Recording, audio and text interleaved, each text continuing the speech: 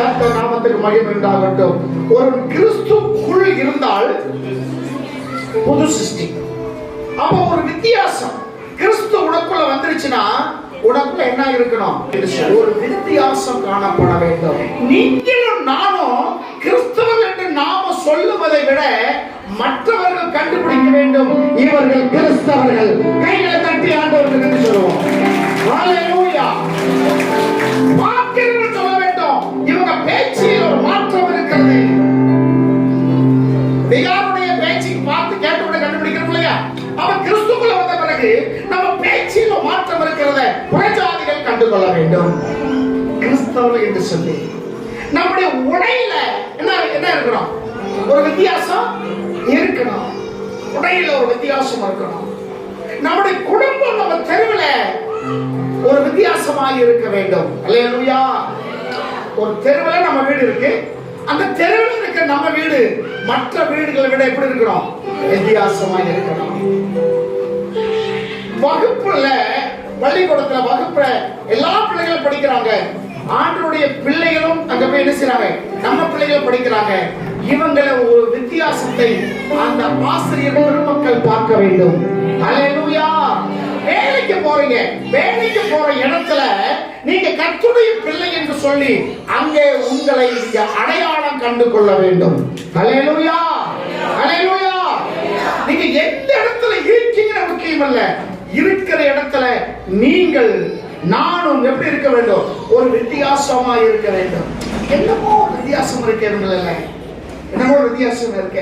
வேலை செய்கிற இடம்னாலும் சரி, பழகிற நண்பர்களாலும் சரி, நம்முடைய உறவுக்காரங்களா இருந்தாலும் சரி, எங்க இருந்தாலும் ஒரு வித்தியாசத்தை என்ன செய்யணும்? நம்மளை பார்க்க வேண்டும். வேதத்துல அந்த வித்தியாசமான வாழ்க்கை இருந்ததை நம்ம இன்னைக்கு என்ன செய்ய போறோம்? பார்க்க போகிறோம். ஒரு கூட்டம் ஒரு வித்தியாசத்தை மாறினதை நம்ம பார்க்கிறோம். சரிங்களா? உதாரணத்துக்கு ஒரு வசனம் எடுத்துக்கொள்ளுங்க. சங்கீத புஸ்தகம், எல்லாருக்கும் ஒரு சங்கீத புஸ்தகம் 86வது சங்கீதம், சங்கீதம் 86 கடைசி வசனம். இந்த மனுஷன் தாவீதுடைய ஜெபம் இது. தாவீது சம்பந்தப்பட்ட காரியத்தை இங்க நாம பார்க்க போகிறோம். தாவீது அவருடைய பேக்ரவுண்ட் குறித்து நம்ம பார்க்க போறதில்ல. அவன் எந்த நேரத்துல இதை சொன்னான் என்று நம்ம பார்க்க போகிறோம். சரிங்களா? என்ன சொல்றாரு? கர்த்தாவே நீர் எனக்கு துணை இருக்கணும். கையில தட்டி ஆண்டவரே என்று சொல்லுமா? அல்லேலூயா. ஆண்டவரே, யார் எனக்கு துணை இருந்தாலும் இல்லாட்டாலும் பரவாயில்ல, உங்க துணை எனக்கு வேண்டும் ஆண்டவரே. மனிதனுடைய அன்பு மாறக்கூடிய அன்பு, மனிதனுடைய அன்பு காலப்போக்கில் குறைந்து போகக்கூடிய அன்பு. ஆனா உங்க துணை எனக்கு வேணும். இதுவரைக்கும் என்னை கொண்டு வந்தது நீங்க தான் ஆண்டவரே. கடைசி வரைக்கும் கோண இருக்கிறேன்னு சொன்னவர்கள் ஒரு குறிப்பிட்ட நேரத்துல அந்த அவங்களுக்கு ஒரு தேசம் வரவும் இறங்கி போயிட்டாங்க. இறுதி வரைக்கும் என் துணையா வர்றது நீங்க தான் ஆண்டவரே. அல்லேலூயா. தாவீது சொல்றான், நீர் எனக்கு துணை நின்று என்னை தேற்றணும். முதலாவது எனக்கு நீங்க துணை நிக்கணும். ரெண்டாவது என்ன செய்யணும்? தேற்றணும். தேற்றணும்னா யாருக்கு தேற்றம் வேணும்? கவலையா இருக்கிறவங்களுக்கு. அப்படித்தானே? கவலையா இருக்கிறவங்களுக்கு, வேதனோடு இருக்கிறவங்களுக்கு, துக்கத்தோடு இருக்கிறவங்களுக்கு ஆறுதல். நம்ம போல சொன்னா ஆறுதல் படத்தை நீர் எனக்கு என்ன சொல்லுவாங்க? இவ்வளவு கஷ்டத்துல இருந்தேன், ஒருத்தர் கூட வந்து ஆறுதல் கூட படத்திலையே, ஒருத்தர் கூட வந்து பார்க்கல சொல்லி சிலங்களா நம்ம மனசுக்குள்ள என்ன செய்யுது இருக்கு இல்லையா? இங்க தாவீது சொல்றாரு, நீர் எனக்கு துணை. தாவீது ஆராதித்த அதே கடவுளை தான் நீங்கள் நானும் ஆராதிக்கிறோம். ஆமென். அவர் ஒருவரையும் வித்தியாசமாய் பார்க்கிறவர் அல்ல. இந்த சூரியன் ஒளி எப்படி நல்லோர் தீயோர் எல்லாரும் மேல எப்படி படுதோ அந்த மாதிரி கடவுள் நம்மளை என்ன செய்கிறார்? நேசிக்கிறார். சரிங்களா? முதல் ஆண்டவர் நமக்கு துணை, இரண்டாவது அவர் நம்ம என்ன செய்கிறார்? தேற்றுகிறவர். ஆண்டவருக்கு ஒரு பேர் ஒன்று, தேற்றரவாளன். எப்பெல்லாம் நமக்கு துக்கம் வருதோ, எப்பெல்லாம் நமக்கு நெருக்கம் வருதோ, எப்பெல்லாம் பிரச்சனை வருதோ, அப்பெல்லாம் நம்மோட இருந்து நம்மளை தேற்றுகிற கடவுள் ஆண்டவர் இயேசு. மூணாவது, என் பகைஞர் கண்டு வெட்கப்படும்படிக்கு அனுகூலமான காரியம். அல்லேலூயா. மூணாவது காரியம் என்னன்னா அனுகூலம். இந்த 2025 ஆவிக்குரிய வாழ்க்கையில வளருவதற்கும் பூமிக்குரிய நன்மையினாலே வளருவதற்கும் அனுகூலமான காரியத்தை தரிசன கர்த்தர் எனக்கு செய்ய வேண்டும். அல்லேலூயா. யாரெல்லாம் இதை நீங்க விசுவாசிக்கிறீங்களோ உங்களுக்கு இந்த அனுகூலமான காரியத்தை கர்த்தர் செய்வார். எனக்கு அனுகூலமான காரியம். சரி சொல்லுவாங்கல்ல, எந்த பக்கம் போனாலும் காரியம் வாய்க்கவே மாட்டேங்குதுயா. ஒரு அடி ஏறினா ஒரு முடம் சறுக்கிறேன். ஒரு 1000 ரூபாய் சேர்த்து வச்சுக்க, இன்னொரு 1000 ரூபாய் சேர்த்து சொல்றதுக்குள்ள இந்த 1000 ரூபாய் போய் 5000 ரூபாய் கடனா இருக்குது. முடிச்சாலும் நான் பாக்குறேன், என்னால என்ன செய்யல இல்ல. எந்த இடத்துக்கு போனாலும் எனக்கு பிரச்சனை தான். அனுகூலமான காரியம் என் வாழ்க்கை ஒண்ணு நடந்ததே இல்ல. அப்படியானே யாவது சொல்றாரு, இப்ப எனக்கு ஒரு அனுகூலமான காரியத்தை செய்யுங்க ஆண்டவரே. நீங்க கேளுங்க, ஜெபத்துல கேளுங்க, ஆண்டவரே எனக்கு ஒரு அனுகூலம் வரணும் ஆண்டவரே, எனக்கு ஒரு அனுகூலமான காரியம் வரணும் ஆண்டவரே. இந்த 2025 நான் குறித்து சில காரியங்களுக்காக குறித்து ஜெபம் பண்ணிக்கிட்டு இருக்கேன். அதுல எனக்கு எப்படி வேணும்? ஒரு அனுகூலமான காரியத்தை வேண்டும். இந்த வருஷத்துல உங்களுக்கு அனுகூலமான காரியம். அல்லேலூயா. நம்புங்க. சின்ன பிள்ளை எப்படி சொல்றதெல்லாம் நம்புறாங்களோ அந்த மாதிரி ஆண்டவருடைய வார்த்தை கள்ளம் கபடம் இல்லாமல் பஞ்சகம் இல்லாமல் நீங்க நம்புங்க. அப்படியே கர்த்தர் உங்க வாழ்க்கையில செய்ய முடிப்பார். அல்லேலூயா. சங்கீதம் கடைசியில முடிச்சோம், கர்த்தர் எனக்காக யாவையும் செய்து முடிப்பார். அதான் கடைசி வசனம் முடிச்சோம்ல, நமக்காக யாவையும் செய்து முடிக்கிறவர். அப்ப மூணாவது காரியம் அனுகூலம். நான்காவது காரியம் அடையாளம். நான்காவது காரியம் அடையாளம் இருக்குன்னா அது ஆண்டவர் தான். நமக்கு அடையாளம் யார் தான்? ஆண்டவர் தான். நான் சிறுவனா இருக்கும் போது எங்க ஊர்ல இருந்து சமயநல்லூருக்கு சைக்கிள் அடிக்கடி வந்து டபுள்ஸ் 3 பேர் 4 பேர் வந்து இருப்போம். எனக்கு ஒரு அங்க இருக்கிற அதுக்கு பேர் பால் பண்ண காலனி, பயில் கேட்டு ஒட்டி இருக்கு பால் பண்ண காலனி. அங்க தெரிஞ்ச பசங்க நிறைய இருந்தாங்க, என்னோட இருக்கிற பசங்க. அவங்களாம் சொல்லுவாங்க, இந்த போற அல்லேலூயா காரன். யாரு? அல்லேலூயா காரன். அது என்னுடைய அடையாளம். அப்ப சொல்லுவாங்க, நீ மனசை இல்ல தெரியுமா, நீ ஒரு மிருகம். என்னைய நீ ஒரு மிருகம். ஏன்டா சொல்லி கேட்டா, ஆடு மாடுதான் ஒரு பொருள் உபயோகப்படுத்தாது. வெத்தலை போடாது, பீடி சீர்த்து குடிக்காது, பொடி போடாது, கோயில போடாது, இப்ப நிறைய பொருள் வச்சிருக்காங்கல்ல. இது ஏதாச்சும் ஒண்ணு அனுபவிச்சாதான் அவன் தான் மனுஷன். நீ ஒண்ணு அனுபவிக்க, ஆடு மாடு என்ன செய்யாது, ஒரு பொருளையும் போடாது. அதனால நீயே அந்த மாதிரி இருக்க, நீயும் மிருகம் ஒண்ணு அப்படின்னு சொல்லுவாங்க. அவங்க வைக்கிற அடையாளம் பார்த்தீங்களா எப்படின்னு. இப்ப நம்ம கிறிஸ்துக்குள்ள வந்த பிறகு உங்களை என்னையும் ஆண்டவர் ஒரு அடையாளமாக வைத்திருக்கிறார். அதான் வித்தியாசம் என்று நான் சொன்னேன். உங்க முன்னாடி நீங்க வாழ்ந்த வாழ்க்கை வித்தியாசமாக இருக்கலாம்.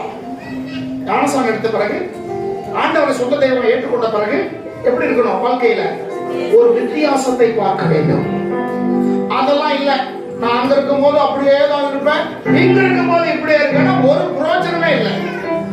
இயேசு ஏற்றுக்கொண்டதிலையும் பிரயோஜனம் இல்லை, ஞானஸ்நானம் எடுத்துக்கொண்டதிலையும் ஒரு உபயோகம் இல்லை. ஆண்டவர் உங்களை ஒரு வித்தியாசமான வாழ்க்கை வாழும்படி கிருபை செய்கிறார். அல்லேலூயா.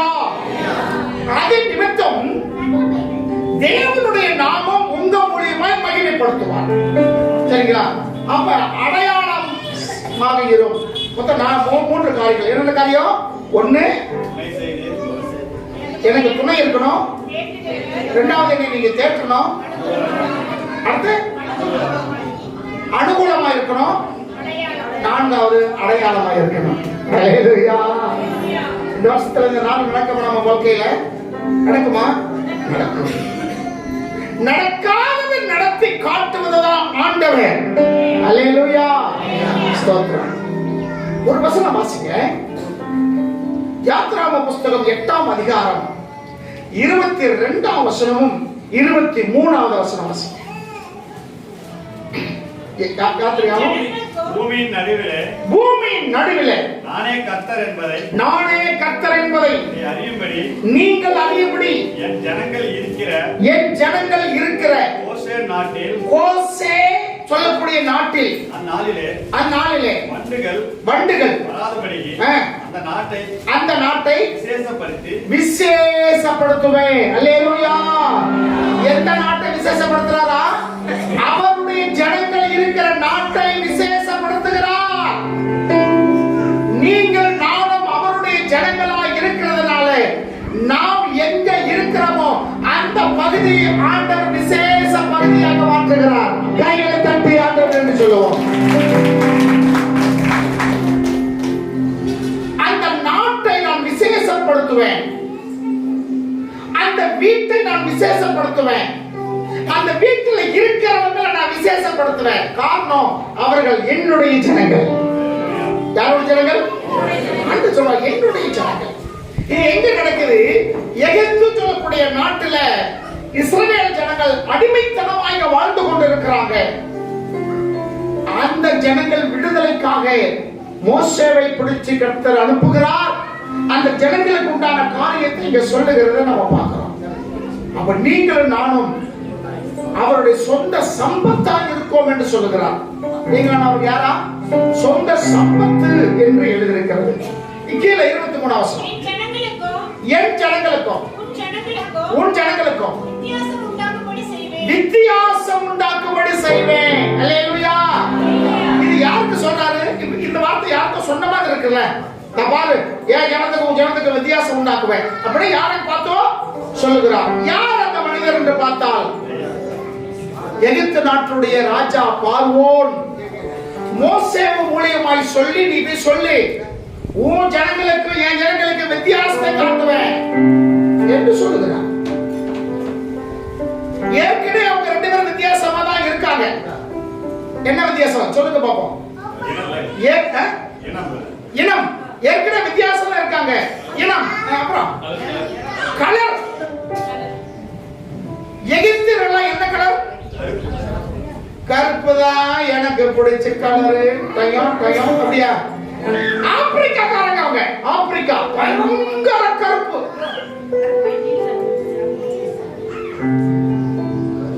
மோசோட கருப்பு. ஆமா. வெள்ளைன்னா வெள்ளை அப்படியா? வெள்ளை பான்சர் எல்லாமே வெள்ளை எடுக்கிறாங்க. ஏற்கனவே ஒரு வித்தியாசம் இருக்கு. இப்ப சொன்ன வித்தியாசம் அந்த வித்தியாசம் இல்ல. நீங்க நினைக்க கூடாது அவங்க எல்லாம் அப்படி நாங்கெல்லாம் இப்படி. ஒரு வித்தியாசம். சில பேர் வித்தியாசத்தை காட்டுவதற்கு தன்னை என்ன செய்வாங்க? தன்னை மற்றவங்களை விட மேம்படுத்தலாம் என்று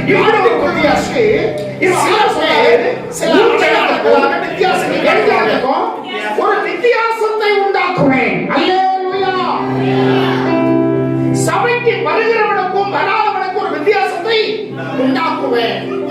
அபிஷேகத்தை பெற்றுக் கொண்டவனுக்கும் அபிஷேகத்தை பெற்றுக் கொள்ளாதவனுக்கும் ஒரு வித்தியாசத்தை உண்டாக்குவேன். அப்ப கிறிஸ்துக்குள் நீங்கள் இருப்பது உண்மையானால் வாழ்க்கையில என்ன இருக்கணும்? ஒரு வித்தியாசம் காணப்படும். பழைய சுபாவம் இருக்கு பாத்தீங்களா? ஜென்ம சுபாவம் இருக்கு. பழைய சுபாவம் அது எந்த சுபாவம்? அவங்க பாட்டி கிட்ட இருந்தது, அம்மா கிட்ட இருந்தது, தனக்கு வந்தது, அப்பா கிட்ட இருந்தது. சில காரியங்கள் ஒட்டி கொண்டு இருக்கும். அந்த சுபாவங்கள் எல்லா நேரத்திலையும் வெளிப்படாது. எல்லா நேரத்திலையும் வெளிப்படாது. ஏதோ ஒரு சந்தர்ப்பத்துல அந்த காரியங்கள் என்ன செய்யும்? வெளிப்பட்டு எங்க தாத்தா சொன்னாங்க, இந்த பாட்டு சொன்னாங்க, இந்த காரியத்துக்கு இப்படி செய்யணுமாமா, இந்த விஷயத்துக்கு இப்படி பண்ணணுமா. அவன் இதுவரைக்கும் கிறிஸ்தவம் சொல்லிக்கிட்டு வந்துட்டு ஏதாச்சும் ஒரு காரியம் இந்த வீட்டுல நல்லது நடக்கும் போதோ, பிள்ளைகளுக்கு பிரச்சனை வரும் போதோ, ஏதோ ஒரு காரியத்துல யார் சொல்லி யாரும் வந்துடும். அதுதான் ஜென்ம சுபாவம் என்று இருக்கு. ஜென்ம சுபாவங்கள் மாற்றப்பட வேண்டும். தெய்வீக சுபாவத்தை பெற்றுக் கொள்ள வேண்டும். அல்லேலூயா, அல்லேலூயா. அவன் ஜென்ம சுபாவத்தை வச்சுக்கிட்டு நீ ஆவிக்குரிய சுபாவத்தை என்ன செய்ய முடியாது? வாழ முடியாது. அப்படி வாழ்ந்தால் உன் பக்தி வேஷமுள்ள பக்தியாக இருக்கும். எப்படி பக்தியா இருக்கும்? வேஷமுள்ள பக்தியாக இருக்கும். வாழ சொன்னாரு உன் ஜனத்துக்கும் என் ஜனத்துக்கும் வித்தியாசத்தை உண்டாக்குவேன். ரட்சிக்கப்பட்ட ஜனங்களுக்கும் ரட்சிக்கப்படாத ஜனங்களுக்கு ஒரு வித்தியாசம் மற்றவர்கள் பார்க்க வேண்டும். இன்னைக்கு லட்சக்கணக்கான ஜனங்கள் போறாங்க, யார் சொல்லி போறாங்க? அங்க இருந்து பழனி கோயில் இருந்து பூசாரி கூப்பிடுறாரா, எல்லாம் வாங்க வாங்க, வராம போனா உங்களை ஊரை விட்டு ஒதுக்கிடுவோம், 18 பட்டி வியாபாரிகள் சேரக்கூடாது, அண்ணன் தண்ணி புழக்க கூடாதுன்னு சொல்றாரா? இல்ல.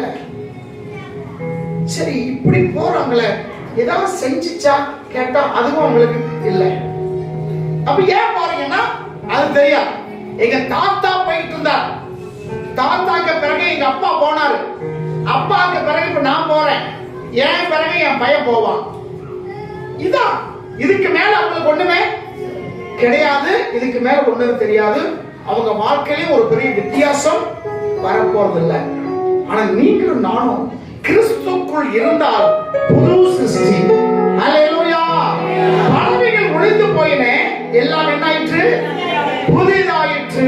புதிதாயிற்று. புதிதாக பேச்சில இந்த குடிகாரன் குடிச்ச உடனே எப்படி பேச்சு தாறுமாற பேசுறானோ அதை வச்சு நம்ம கண்டுபிடிக்கிறோமோ, ரட்சிக்கப்பட்ட பிறகு என்ன செய்யணும்? நம்ம பேச்சில ஒரு மாற்றம் வரணும், நம்முடைய நடக்கையில் ஒரு மாற்றம் வரணும். நம்ம குடும்ப லட்சணம், குடும்பத்தை பார்க்கறதுல லட்சணம் சொல்லுவாங்கல்ல,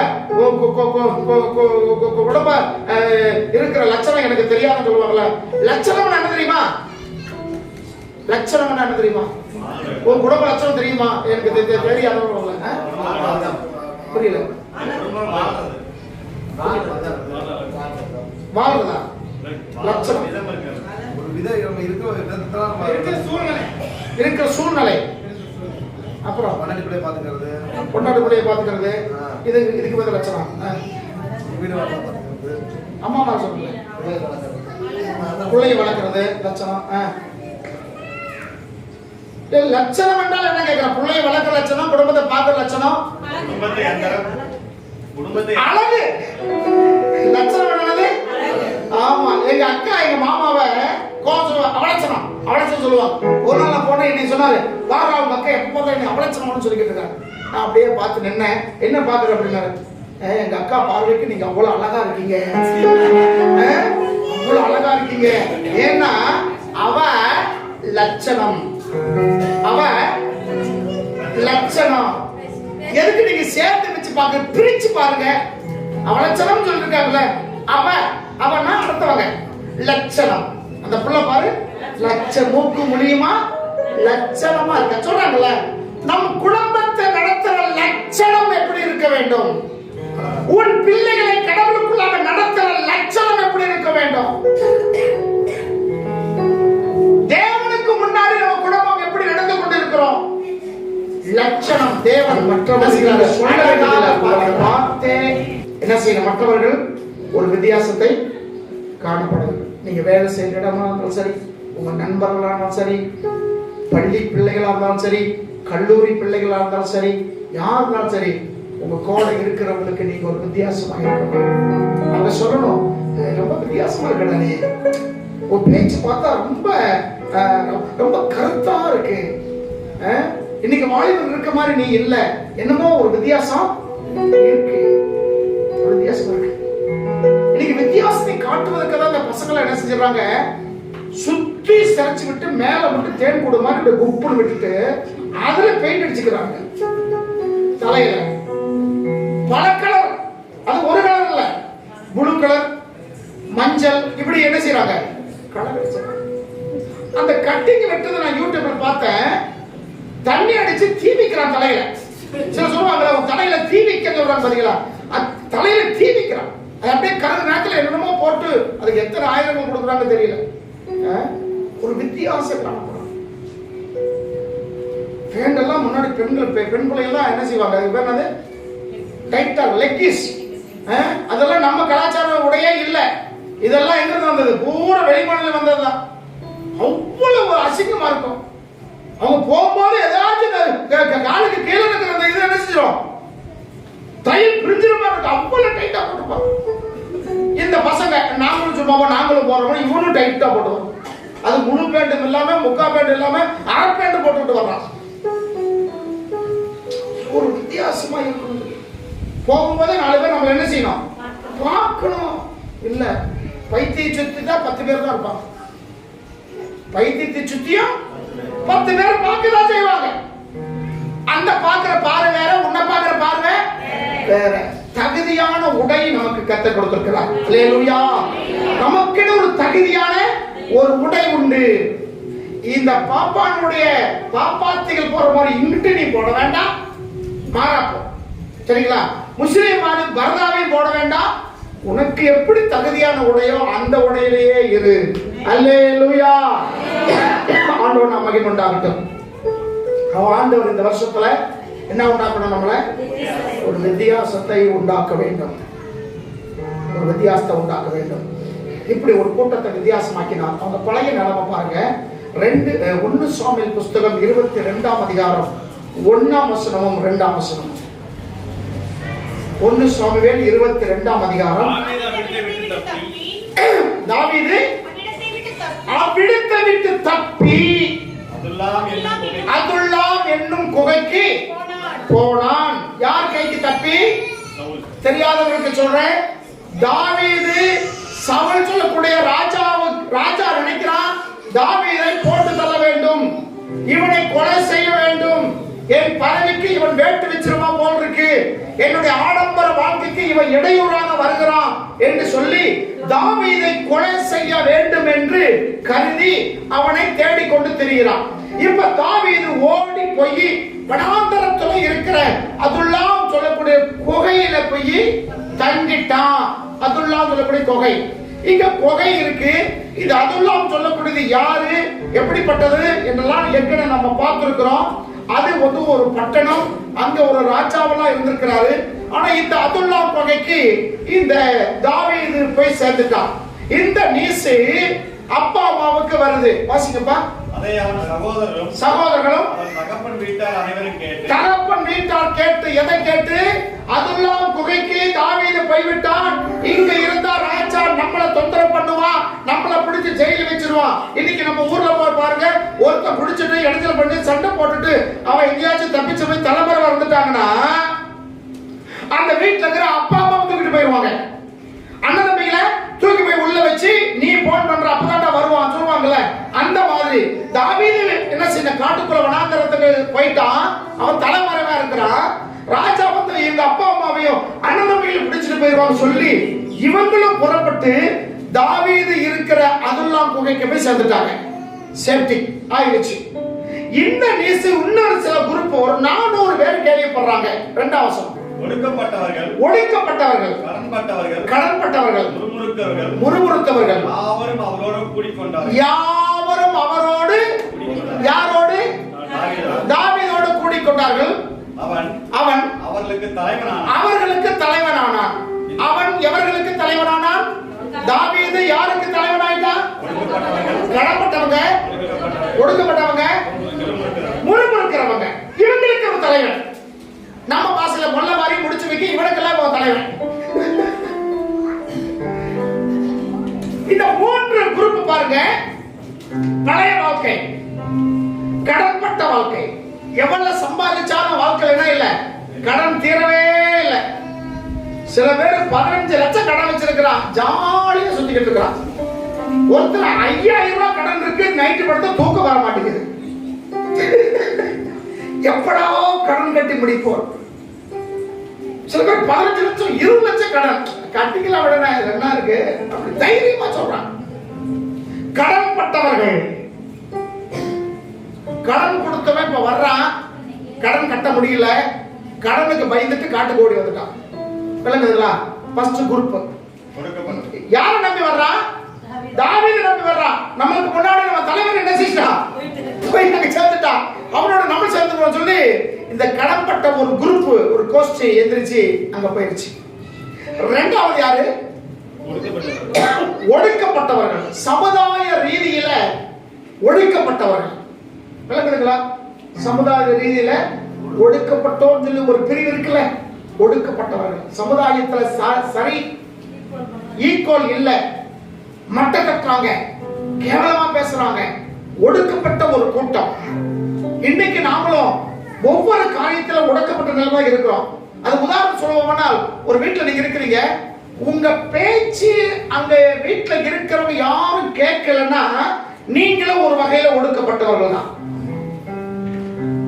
நம்ம என்ன சொன்னாலும் அவங்க நம்ம வீட்டில் இருக்கிற ஒருவேளை புருஷனா இருக்கலாம், மனைவியா இருக்கலாம், அம்மாவா இருக்கலாம், அப்பாவா இருக்கலாம், பிள்ளையா இருக்கலாம். அவங்க சொல்றத ஒண்ணு கூட அந்த குடும்பத்தில் இருக்கவங்க ஏற்றுக்கொள்ளாம போனாங்கன்னா அவர்களும் அந்த வீட்டில் யாருதான் ஒடுக்கப்பட்டவர்கள் என்று பொருள். சமுதாய ரீதியில ஒடுக்கப்பட்டவர்கள் ஒரு கூட்டம் எழுப்பி எங்க போயிருச்சு? காட்டுக்கு போயிருச்சு.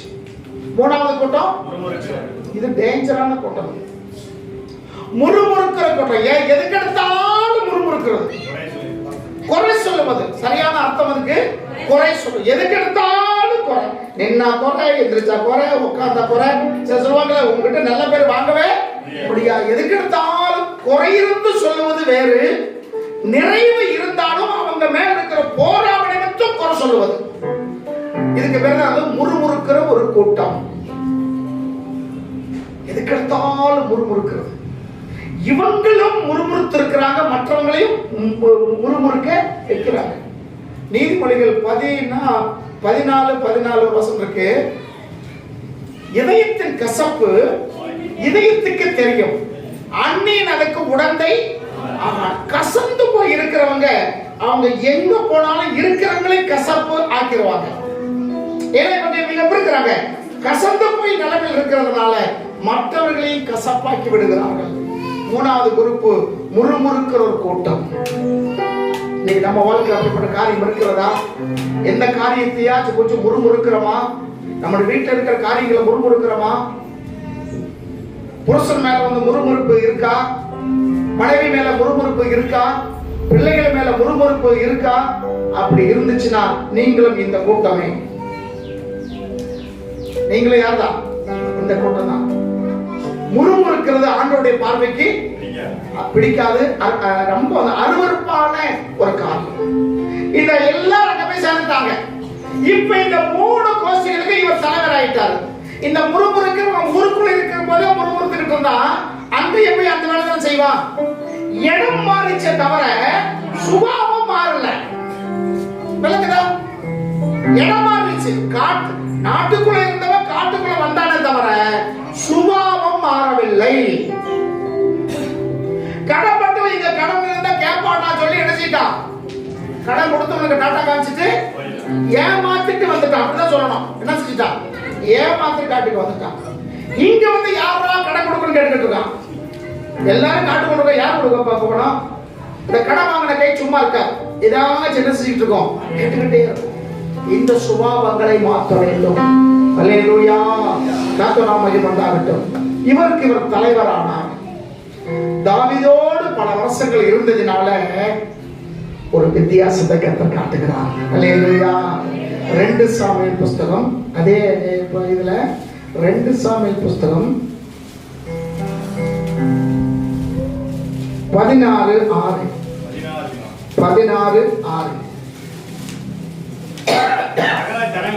சகல ஜனங்களும் சகல பலசாலிகளும் தாவீதின்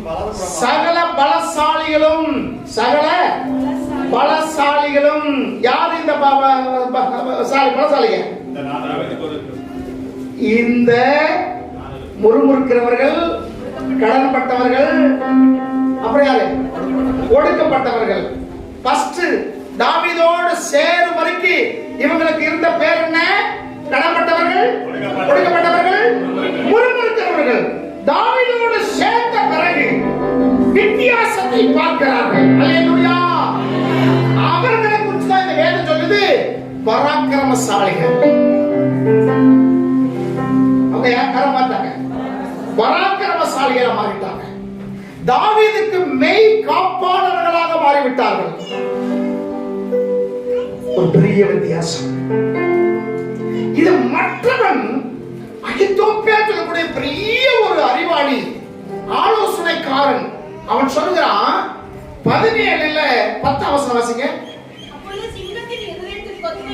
சிங்கத்தின் இதயத்திற்கு ஒத்த இதயம் உள்ள பலவானா இருக்கிறவன் கூட கலங்கி போவான். காரணம் என்ன? உம்முடைய தகப்பன் சௌரியவான் என்றும். நல்லா கவனிச்சிருங்க, அவனோடு இருக்கிறவர்கள் பலசாலிகள். கையில தட்டி ஆண்டு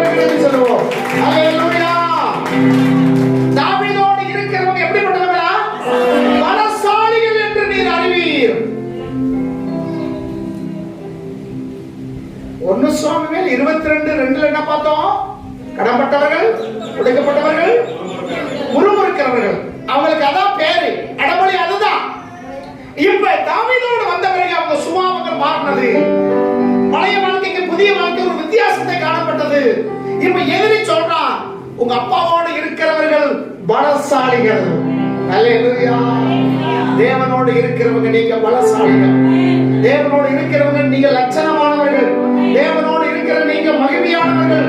தேவனோடு வாழக்கூடிய நீங்க மகிமையான காரியங்கள் வாழப் போகிறீர்கள். அல்லேலூயா. இந்த அடையாளங்கள் அன்றே செய்து முடிக்க வேண்டும். அடையாளங்கள் என்ன நடக்கும்? அன்னைக்கே கர்த்தர் செய்து முடிக்கிறார்.